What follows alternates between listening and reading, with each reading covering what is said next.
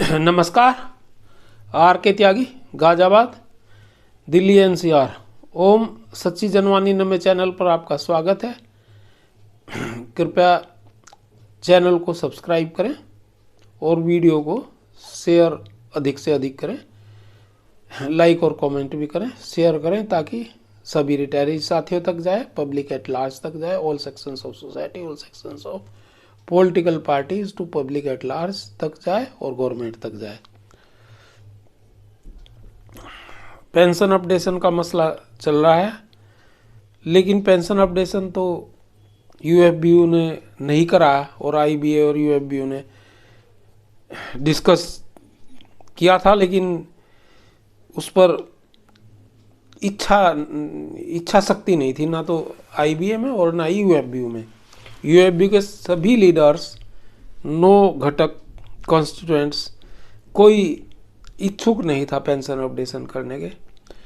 किसी ने कहा कि कोर्ट में केस है, सुप्रीम कोर्ट में क्यों गए, किसी ने कहा 1 लाख करोड़ की आवश्यकता है फंडिंग की। ये इशू हमारा नहीं है, ये तो बैंकों का इशू है, कितना चाहिए, क्या चाहिए। लेकिन 9 तारीख से 12 तारीख तक जो मीटिंग्स चल रही थी उसमें बड़े कंफ्यूजिंग से स्टेटमेंट आते रहे। पहले इस तरह का आया कि भाई अलग अलग घटक दल ने, संजीव बंदलिस का आया पहले, मिस्टर संजीव बंदलिस, कि यूनिटी रखे हैं। तो लास्ट में उन्होंने लिखा और कहा कि कोस्ट सीट साइन होगी और जल्दी कुछ डेट में, इन फ्यू डेज, ये हम साइन कर देंगे, इसे सब कुछ बात हो गई है। और लास्ट में ये जो यूनिटी रखें, अजीबोगरीब बात थी, ये लिखने की क्या जरूरत थी। फिर एआईबीए के जनरल सेक्रेटरी का भी ऐसा ही कुछ मैसेज आया। फिर एक मैसेज एआईबीए के हवाले से नहीं, एआईबीओए के हवाले से आया, मिस्टर मेहरोत्रा हैं कोई, उन्होंने कहा कि 8:30 बजे शाम को फिर बैठेंगे, मीटिंग होगी। पहले ये था कि मीटिंग ख़त्म हो गई और फिर करेंगे इसको फाइनल, और आज ही शाम तक, लेकिन वो कुछ नहीं हुआ। फिर ये आ कि इन फ्यू डेज, यानी कि सोमवार, मंगलवार, बुधवार में कुछ करेंगे इसका आगे की प्रक्रिया। लेकिन फिर रात में जो है, सुबह ही पता लगा कि 12-1 बजे के करीब जो है वो साइन हो गए हैं सब, ये काफ़ी सारे एग्रीमेंट और कोस्ट शीट वगैरह। ये रूपम राय वैबोक के जनरल सेक्रेटरी, उनका मैसेज आया। तो बड़े कन्फ्यूजिंग टाइप के स्टेटमेंट्स आते रहे कल। एक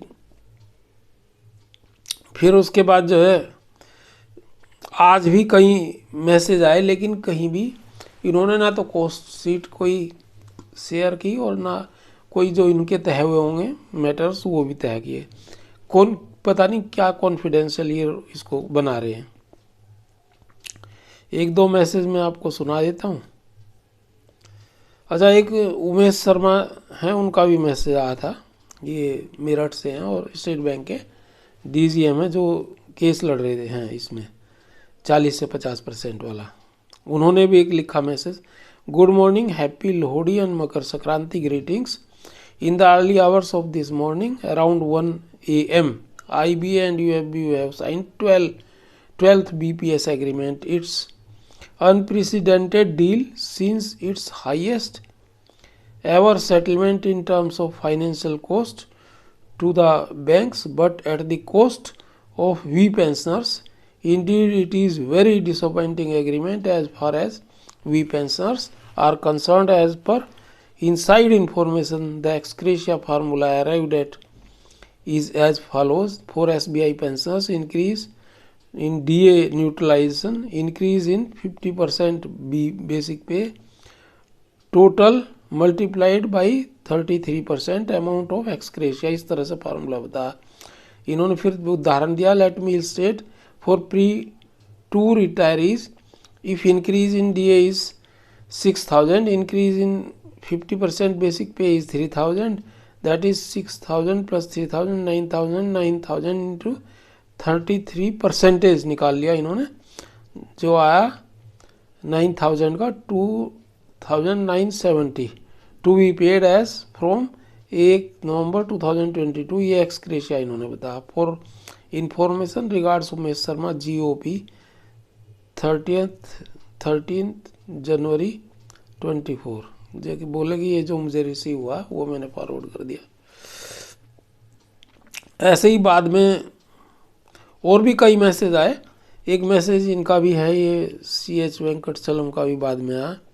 important announcement, yesterday night the discussions with IBA continued and concluded by midnight, and the cost sheet allocating the agreed quantum to various components was signed.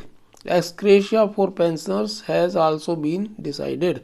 Shortly, IBA and UFB will meet to complete the signing of the settlement. Thereafter, all details will be given by UFB. Units are requested to await. CH Venkatachalam, general secretary AIBA ये था इनका। और इससे पहले जो थे उनमें कहा था यूनिटी रखें। यूनिटी रखने का पता नहीं क्या पेचीदा समस्या जो यूनिटी की बात कर रहे हैं।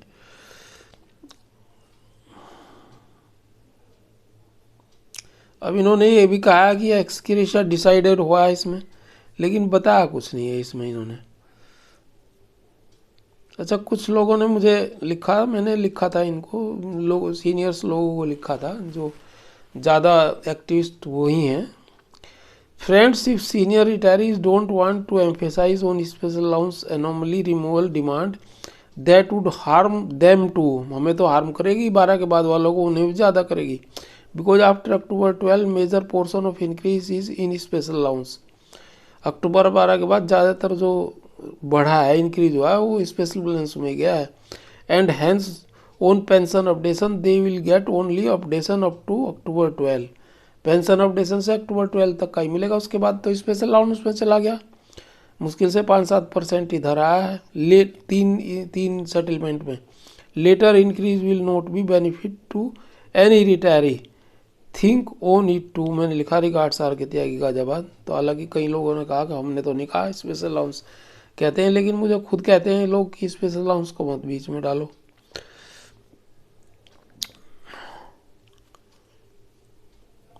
एक मेरे साथी ने भी एक प्रतिक्रिया भेजी थी इसी स्पेशल अलाउंस पे। इट इज़ ऑब्जर्व दैट, चूँकि मैंने ये भी एक मैसेज दिया था कि भाई कम्यूटेशन पीरियड कम करा जाए 15 से 12 वर्ष। It is observe that most of the unions retirees associations along with post November 12 retirees are not interested in the following issues: special allowance number 1, number 2, reduction of commutation period from 15 to 12 years due to lower interest rate. Some of the states have already done this. Previously 15 years were fixed when there was much higher rate of interest. Even it does not reflect in the circulars movement also. ऐसे ही कहा इन्होंने, कई circulars में आता ही नहीं। एक हमारे activist हैं रमेश भटेजा जी, उन्होंने भी एक अपनी प्रतिक्रिया दी है, स्पेशल अलाउंस पर तो नहीं दी।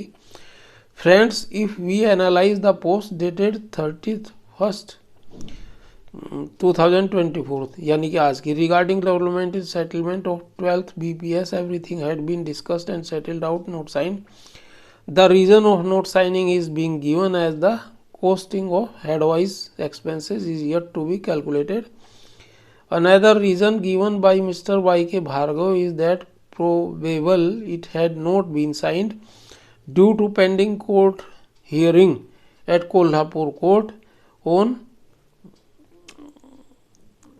18th January 2024, which may translate stay on 12th BPS until pension updation is not final. ये बिल्कुल इन्होंने कहा है और लगातार लिख रहे हैं, मैंने इनको जवाब भी दिया था। ये मुझे बिल्कुल नहीं लगता। पहली बात, कोर्ट की प्रोसीडिंग कहीं रोकती नहीं किसी काम को करने में, कोर्ट में तो चलते रहते हैं, और स्टे अगर आ जाता तब बात थी। और ये तो UFB और IBA तो ऐसा कोर्ट से स्टे आ जाते हैं, जब भी उसके रास्ते निकाल लेते हैं वकीलों से पूछ पाछ करके, हिसाब बना लेते हैं। बड़े बड़े वकील हैं इनके साथ, अपना ये attorney general, additional attorney general, और अपना और भी उससे बड़े बड़े वकील हैं जो इनके साथ रहते हैं, वो उनको रास्ते बता देते हैं, और कोर्ट भी उनके सुझाए रास्तों को अप्लाई करती है। तो ये वाला बिल्कुल नहीं लगता, और इससे कोई नहीं। अब 18 तारीख में क्या डिसीजन होगा क्या नहीं, इस बात का क्या पता, पहले ही कैसे सोच लेंगे। और कोर्ट में तो पहले से चल रहा था, और कोर्ट में तो और भी केस चल रहे हैं, पेंशन अपडेशन का भी चल रहा है, इसका भी चल रहा है, क्या नाम है, स्पेशल अलाउंस का, लगातार बढ़ाते जा रहे हैं।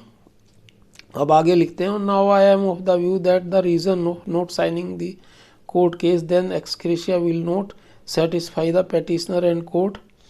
IBA will have to give some valid reason of not giving updation benefit to the pension of banks from the last 30 years, causing recurring financial loss.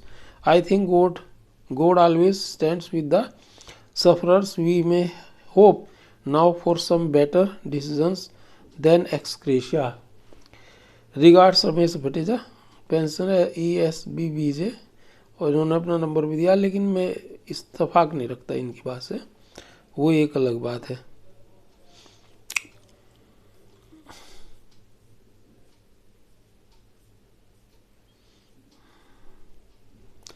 नमन साथियों, धन्यवाद सभी लोगों को।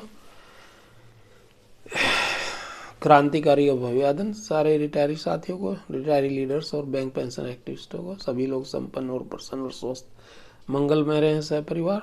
भारत माता की जय। वंदे मातरम। जय भारत। ओम नमः शिवाय। थैंक यू आर के त्यागी।